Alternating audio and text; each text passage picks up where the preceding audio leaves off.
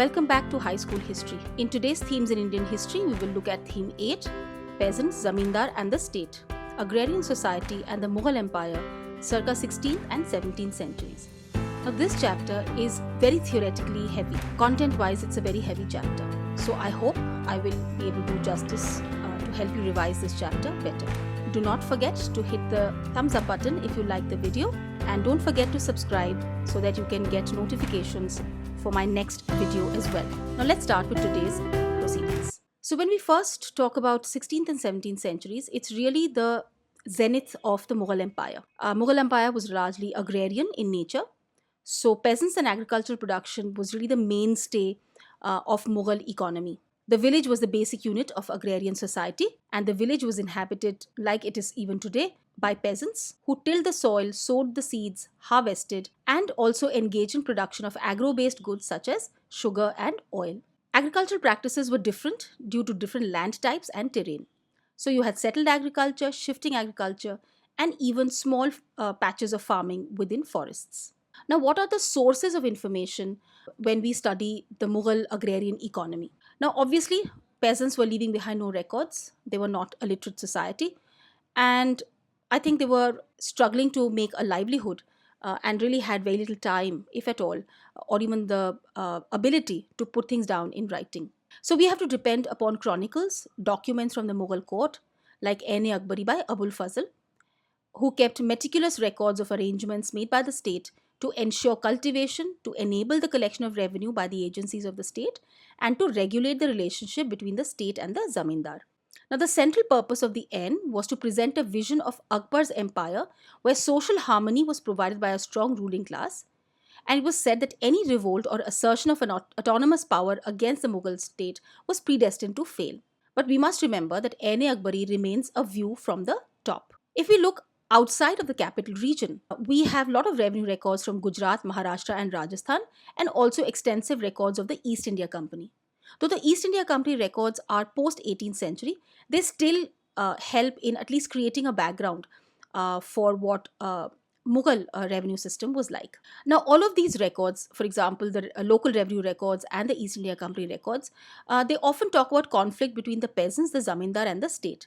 And while we read about the conflict in these records, they give us an insight into the peasants' perception of and their expectations of fairness from the state. Now let's look at peasants and how they connected with the land.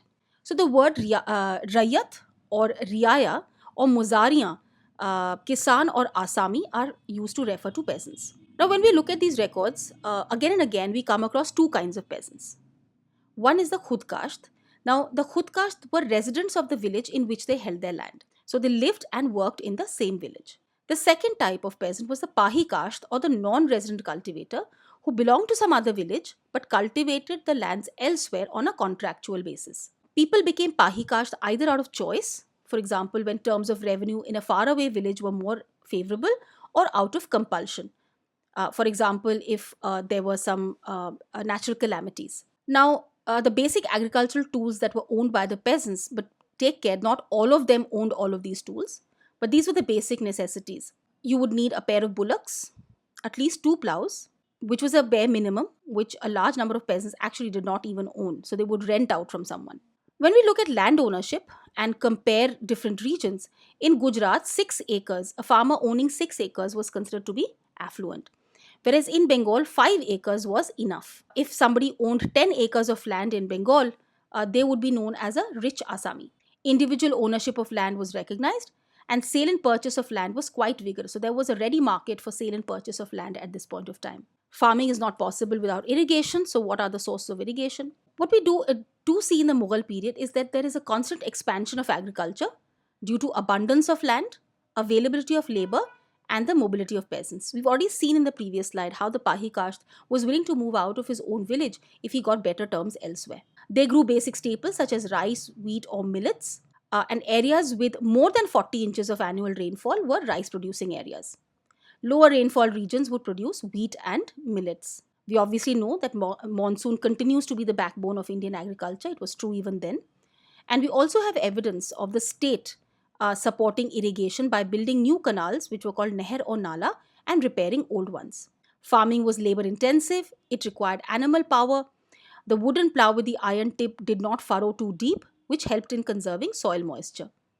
There was also something called a seed drill, which was used to plant the seeds in the soil, and seeds could be broadcast as well. This was the more popular method of sowing of seeds. Now, between sowing and harvesting, the farmer had to regularly hoe and weed the field, which was done with a narrow iron blade with a wooden handle. You may have seen this with your gardener. This implement is called the khurpi. Now, in India, there is an abundance of crops. In India, we have two seasonal cycles. We have Rabi, which is a spring crop, and Kharif, which is an autumn crop. Except in very arid regions, so minimum of two crops are produced in a year in large parts of India. And in areas with regular irrigation, you could even produce three crops in a year. Some parts of Bengal, Bihar, and Orissa were known to produce three crops in a year. There was an enormous variety of crops. For example, Agra produced 39 different varieties of crops. Delhi produced 43 varieties of different crops. In Bengal, there were 50 varieties of rice alone. Just of rice, there were 50 different varieties. So that's the kind of fertility we are talking about. Farmers engaged in both subsistence as well as commercial farming. The empire, of course, preferred commercial farming because they brought in revenue in cash. So these cash crops were actually called Jin se kamil, literally meaning perfect crops. And these cash crops were produced for the market. Some examples are cotton, sugar, oilseeds, and lentils. Now, new crops were introduced into India after the discovery of the Americas.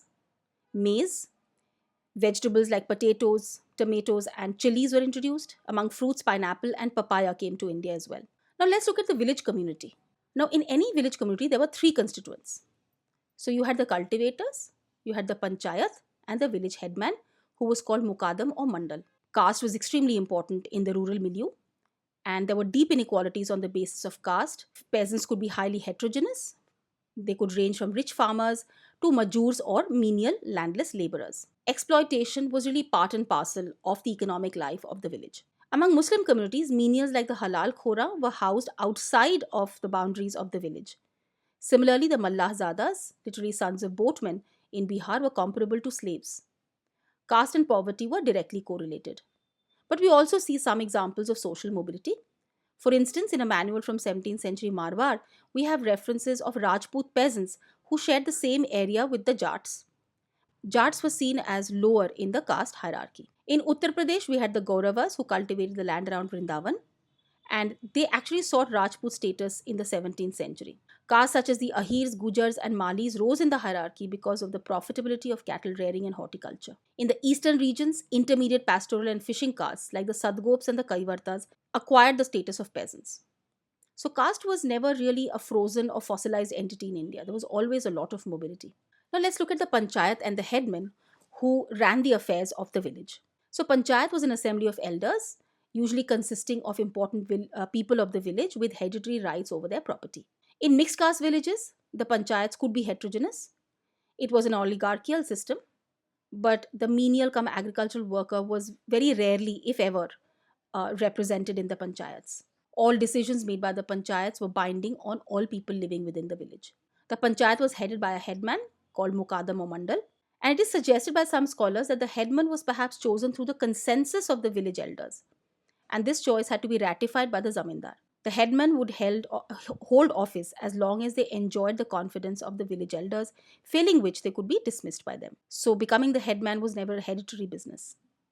The chief function of the headman was to supervise the preparation of the village accounts, and in this he was helped by the accountant or the patwari of the panchayat. So, what were the functions of the panchayat itself? Firstly, the panchayat would need funds for functioning. So, these funds came from contributions made by individuals to a common financial pool. And these funds were used for defraying various costs, such as entertaining revenue officials when they visited the village, expenses of community welfare, such as tiding over natural calamities, and often these funds were also deployed in construction of a bund or digging a canal, which peasants could not do on their own. The panchayat's very important role was to also ensure that the caste boundaries among the various communities would be upheld. So in eastern India, all marriages were to be held in the presence of a mandal. They had the authority to levy fines and inflict more serious forms of punishment like expulsion from a community, though this was a rare occurrence. Expulsion from a community meant that the person would be forced to leave the village become an outcast, and lose his right to practice his profession. There was also something called the Jati Panchayat, which wielded considerable power in rural society. For example, in Rajasthan, Jati Panchayats arbitrated civil disputes between members of different castes. They also mediated in contested claims of land, decided whether marriages were performed according to the norms laid down by a particular caste group, and also determined who had ritual precedence in village functions. In most cases, except in matters of criminal justice, the state also respected the decision of the Jati Panchayats. Now, we have some archival records from Western India, most notably Rajasthan and Maharashtra, which contain petitions presented to the Panchayat complaining about extortionate taxation or the demand for unpaid labor imposed by the superior castes or officials of the state. Now, these petitions were usually made by the villagers from the lowest rungs of rural society. And often these petitions were made collectively by a caste or even an entire community protesting against what they thought were morally illegitimate demands on the part of the elite groups, including the rulers. Now, complaints would include issues about excessive tax demands, especially in times of droughts or other disasters, which endangered the peasants' subsistence. In the eyes of the petitioners, the right to the basic minimum for survival was sanctioned by custom. They regarded the village panchayat as a court of appeal that would ensure that the state carried out its moral obligations and guaranteed justice. In cases where reconciliation failed, peasants took recourse to more drastic forms of resistance, such as deserting the village. The relatively easy availability of uncultivated land and the competition over labor resources actually made this a very effective weapon in the hands of the cultivators. A weapon that they would lose in the 19th century under British rule. Now, we had another category of people in the villages who were the artisans. Now, Marathi documents and village surveys made in the early years of British rule reveal that perhaps almost 25% of the households of villages could be artisanal families. But we also have to keep in mind that sometimes the distinction between artisan and peasant was quite fluid. For example, seasonal farm work was performed by artisans, or peasants could take to crafts during the lean season. Different craftsmen available in a village could be potters, blacksmiths, carpenters, barbers, goldsmiths. And they would provide services in return for which they were compensated by villages through a variety of means, either giving them a share of the harvest or giving them some allotment of land, perhaps even cultivable wastes. Artisans in individual peasant households sometimes would even enter into a mutually negotiated system of remuneration. For example, 18th century records tell us of zamindars in Bengal who remunerated blacksmiths, carpenters, even goldsmiths for their work by paying them a small daily allowance and diet money. This was to develop into the Jajmani system. Cash remuneration was also known. So was the village a little republic?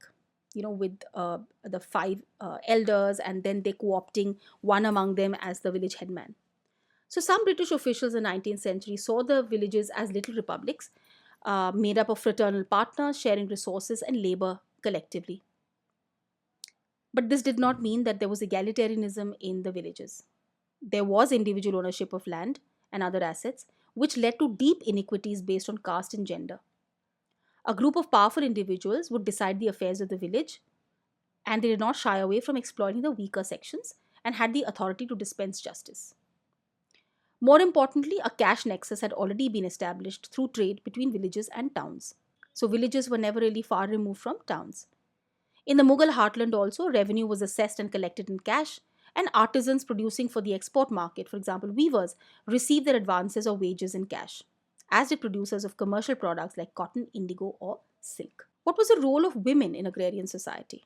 When you have individual farms, the work on the farm actually required the entire family's labor, including that of women. But there were biases related to female biological functions. For example, menstruating women were not allowed to touch the plough or the potter's wheel in Western India, or enter the groves where betel leaves or pan were grown in Bengal. Different operations, even within the artisanal families, sometimes were dependent on female labor. For example, spinning yarn or sifting and kneading the clay for pottery or embroidery. The more commercialized the product, the greater the demand on women's labor to produce it. So women really were a very important part of the economic life of the village. Peasants and artisan women not only worked in the fields but even went to the houses of their employers or to the markets if necessary. Women were also considered a very important resource since they produced children and added to the labor supply. But there was also a high mortality rate among women, especially during childbirth, which led to a shortage of wives. And this led to a setup of slightly different social norms than the ones that we see among the elite. For example, marriages in rural communities required the payment of bride price rather than dowry.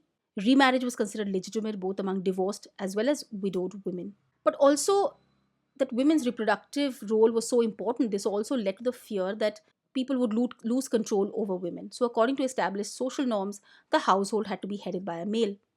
Therefore, the women were kept under strict control by the male members of the family and the community. And draconian punishments could be inflicted if any infidelity was suspected on the woman. Documents from Western India record petitions sent by women also to the village panchayat seeking redress and justice. So, what were the issues women protested against? So, they would protest against infidelity of their husbands or neglect of the wife and the children by the male head of the household. So, while male infidelity was not always punished, the state and superior caste groups did intervene when it came to ensuring that the family was adequately provided for. In most cases, when these women petitioned to the panchayat, their personal names were excluded from the records. So, they were referred to as so and so's mother or sister or wife. Among the landed gentry, women could inherit property, something that we see has changed quite a deal from the ancient Indian period, where we look at the Dharma Shastras and Dharma Sutras. Women, including widows, actively participate in the rural market as sellers of property inherited by them.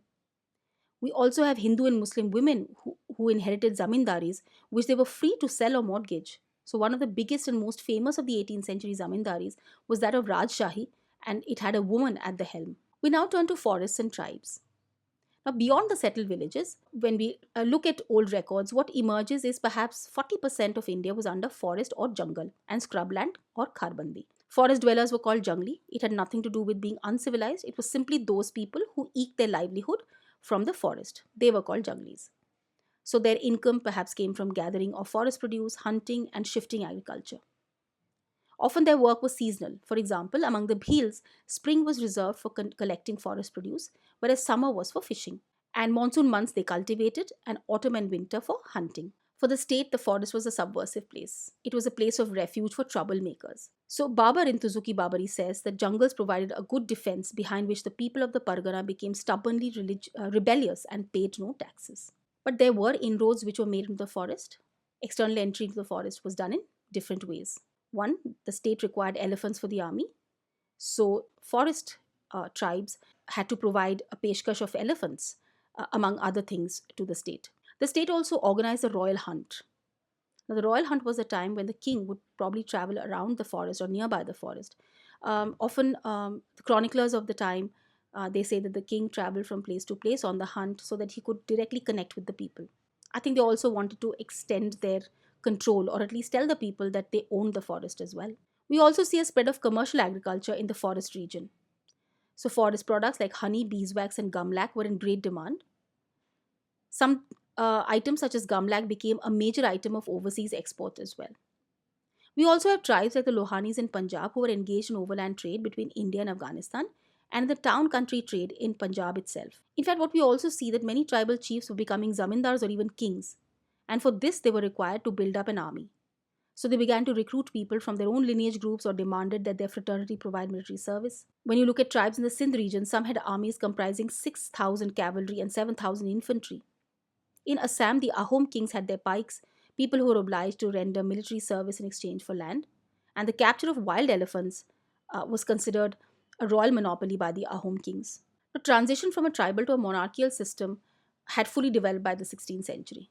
So the Ain observes the existence of tribal kingdoms in the northeast. War was common. For example, the Koch kings fought and subjugated a number of the neighboring tribes in a long sequence of wars through the 16th and 17th centuries. Some historians also suggest that the Sufi saints had also made inroads into the forest, set up their khankas, and perhaps had a role to play in the slow acceptance of Islam among agrarian communities in these newly colonized spaces. Let's talk about the zamindars. Now, zamindars were landed proprietors who enjoyed certain social and economic privileges by virtue of their superior caste. Now, how are they getting these privileges? Basically, two reasons. One, that most of them belonged to upper caste, so that accounted for their elevated status. And second, because they got legitimacy from the state since they performed certain services or khidmat for the state. Now, the khidmat contained two basic units. One was collecting the revenue on behalf of the state, a service for which they were compensated financially. And secondly, the zamindars were able to control military resources, and most zamindars had fortresses as well as armed contingents comprising units of cavalry, artillery, and infantry. And if they were in the good books of the Mughal emperor, On call, they would provide their armies or at least house Mughal armies in their fortresses. The zamindars held extensive personal lands which were called milkiyat or property. Milkiyat lands were cultivated for the private use of the zamindar, often with the help of hired or servile labor. The zamindar never actively participated in agrarian activities. The zamindar could sell, bequeath, or mortgage these milkiyat lands at will. The conquest may have been the source of origin for some of the zamindars. They would dispossess the weaker people, was often a way of expanding a zamindari. But the state perhaps did not just stand aside and look at this. Often this expansion was allowed by imperial order or sanad. The processes of consolidation included colonization of new lands, which is either through conquest or by forcibly making the people work for you, by transfer of rights perhaps, by order of the state, and by purchase. So purchasing zamindaris actually permitted people belonging to the relatively lower caste to also enter the ranks of zamindars, since zamindaris were bought and sold quite briskly in this period. There was lineage based zamindari as well. For example, we had the Rajputs and Jats who consolidated their control over vast swathes of territory in northern India. Peasant pastoralists like the Sadgops also carved out powerful zamindaris in the east. The zamindars spearheaded the consolidation of I'm sorry, the zamindars spearheaded the colonization of agricultural land and helped in settling the cultivators by providing them with means of cultivation, including cash loans. The buying and selling of zamindaris accelerated the process of monetization. And zamindars, the produce from their milkiyat lands which they did not consume, they would sell it in the market. Often zamindars even established markets or harts to which peasants also came to sell their produce. But make no mistake, zamindars were an exploitative class, but their relationship with the peasantry had an element of reciprocity, paternalism, and patronage. Two aspects reinforce this view. First, the Bhakti saints, when they composed their poems, they eloquently condemned the caste based on other forms of oppression. But they never really did portray the zamindar or even the moneylender as exploiters or oppressors, something that was going to change in the 19th century. It was a revenue official of the state who was the villain of the piece. Second, in a large number of agrarian uprisings which erupted in North India in the 17th century, zamindars often had the support of the peasantry in their struggle against the state. This brings us to the land revenue system.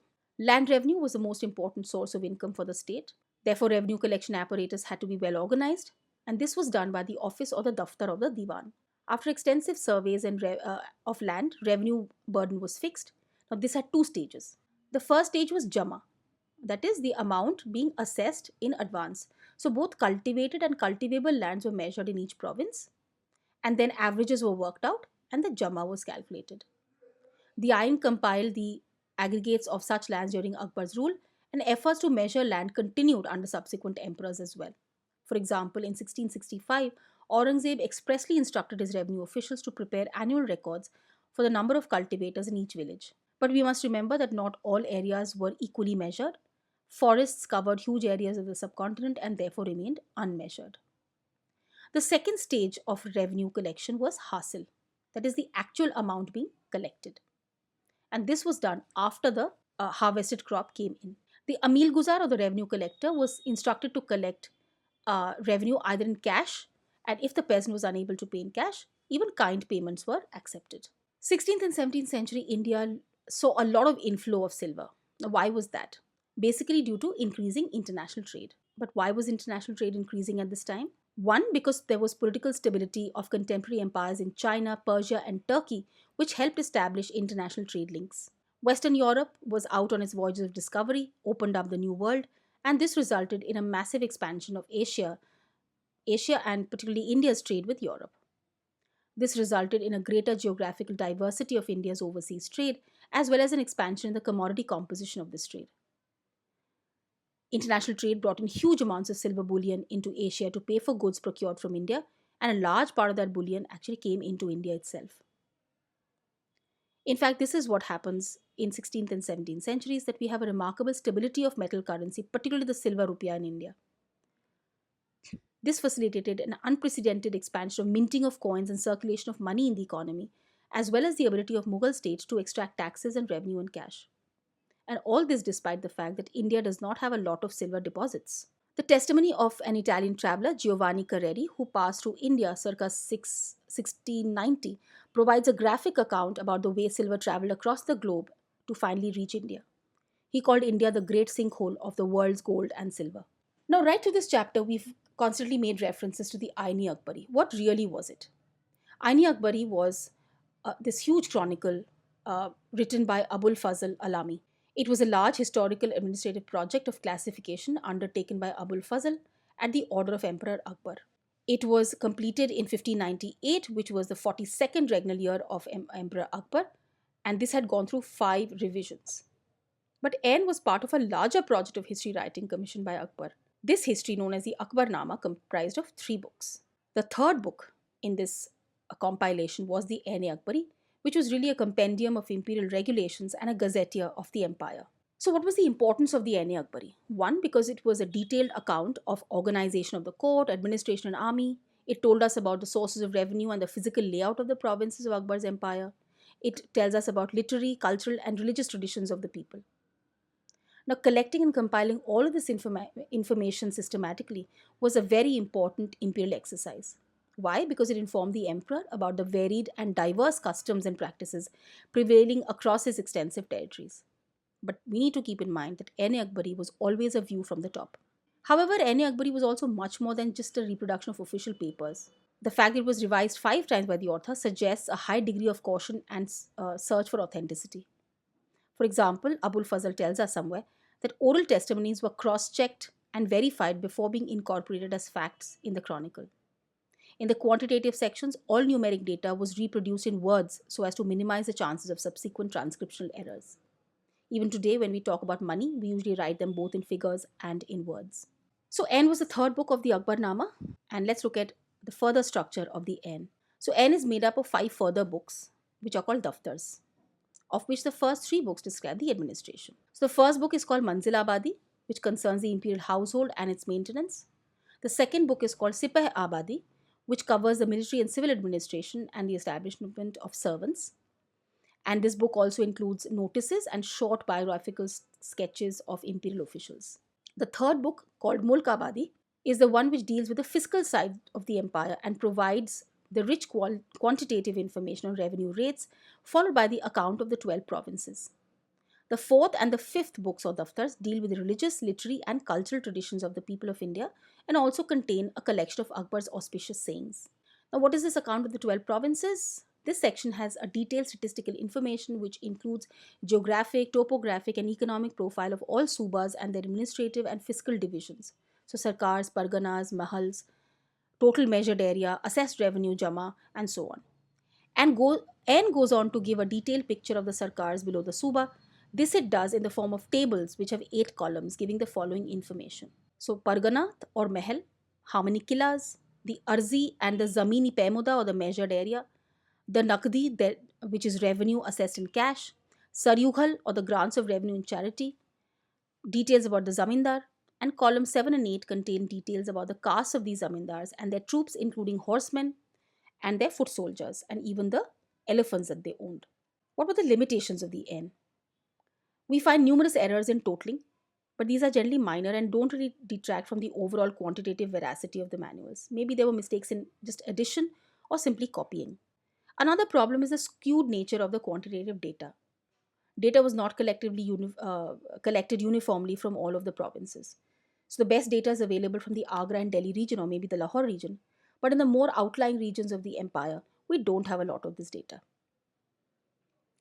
While for many of the subas, detailed information was compiled about caste composition of the zamindars, such information is not available for Bengal and Orissa.